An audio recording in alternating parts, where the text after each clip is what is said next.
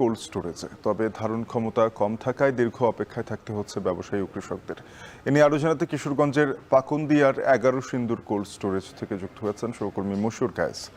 কায়েস, জানাবেন কোল্ড স্টোরেজে ধারণ ক্ষমতা কম থাকায় কৃষক এবং ব্যবসায়ীরা কি ধরনের ভোগান্তির মুখোমুখি হচ্ছেন?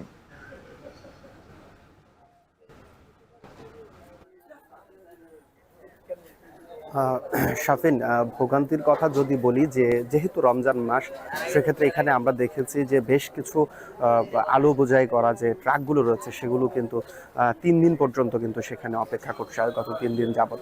এবং তারা কিন্তু এখান থেকে এই যে তাদের যে দীর্ঘ লাইন লেগে আছে, এই লাইনের কারণে কিন্তু তারা দীর্ঘ সময় এখানে অপেক্ষা করতে হচ্ছে।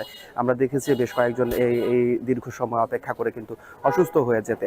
তো এখানটায় আসলে ধারণ ক্ষমতা একটা ব্যাপার আছে, যে ধারণ ক্ষমতা যে পরিমাণ রয়েছে, এবার যেহেতু আলুর ফলনটা ভালো হয়েছে, সেক্ষেত্রে কিন্তু কৃষক এবং ব্যাপারীরা কিন্তু এখানে আলু নিয়ে এসেছে আগেভাগেই এখানে আসলে স্টোর করার জন্য, যে কোল্ড স্টোরেজটি রয়েছে সেখানে।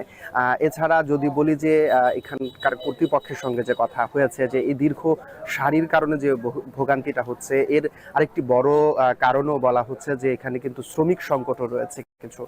এখানে আসলে যেহেতু রমজান মাস চলছে, সেই রমজান মাসে কিন্তু শ্রমিক পাওয়াটা বিশেষ করে এই কোল্ড স্টোরেজের জন্য কিছুটা আসলে কষ্টসাধ্য হয়ে যাচ্ছে, কারণ এখানে যে ঠান্ডাজনিত ব্যাপার থাকে, এছাড়াও যে আলুর যে ধুলোবালি রয়েছে সেখানে কিন্তু সব মিলিয়ে যদি বলি যে শ্রমিক সংকট এখানে কিন্তু কিছুটা রয়েছে। এবং ব্যাপারী এবং কৃষক যারা আসছে তারা বারবার বলছে যে যদি এখানে শ্রমিকের পরিমাণ যদি আরো বাড়ানো যায়, সেক্ষেত্রে কিন্তু তাদের দুর্ভোগ আরো কিছুটা কমতে পারে।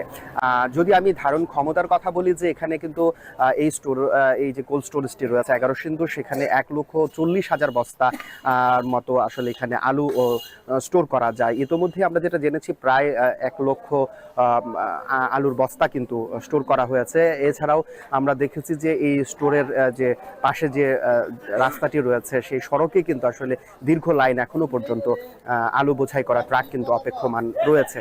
এখানে জেলা শুধু নয়, জেলার বাইরে থেকেও, বিশেষ করে ঠাকুরগাঁও, বগুড়া, সেখান থেকেও কিন্তু আসলে ব্যাপারীরা আলু নিয়ে এসেছে এবং এখানে স্টোর করছে। এছাড়াও কৃষকদের জন্য তারা যেন বীজ রাখতে পারে, সেজন্য কিন্তু এখানে আলাদা ব্যবস্থা রাখা হয়েছে। তো সব মিলিয়ে এখানে এবার যে কিশোরগঞ্জের আমি তথ্যটা শেষ করতে চাচ্ছি, যে কিশোরগঞ্জে কিন্তু এবার 5,200 হেক্টর জমিতে আলুর লক্ষ্যমাত্রা নির্ধারণ করা হয়েছে, যেটা লক্ষ্যমাত্রা ছাড়িয়ে কিন্তু 5,210 হেক্টর জমিতে এবার আবাদ হয়েছে, যার ফলে ফলন ভালো হওয়ায় কিন্তু চাপ বেড়েছে এই কোল্ড স্টোরেজে। তো শাফিন, এই ছিল আমার কাছে কিশোরগঞ্জ থেকে কোল্ড স্টোরেজে আলুর সর্বশেষ তথ্য। সহকর্মী মশিউর কায়েস যুক্ত হয়েছিলেন কিশোরগঞ্জ থেকে। নিয়ম নীতির তোয়াক্কা না করে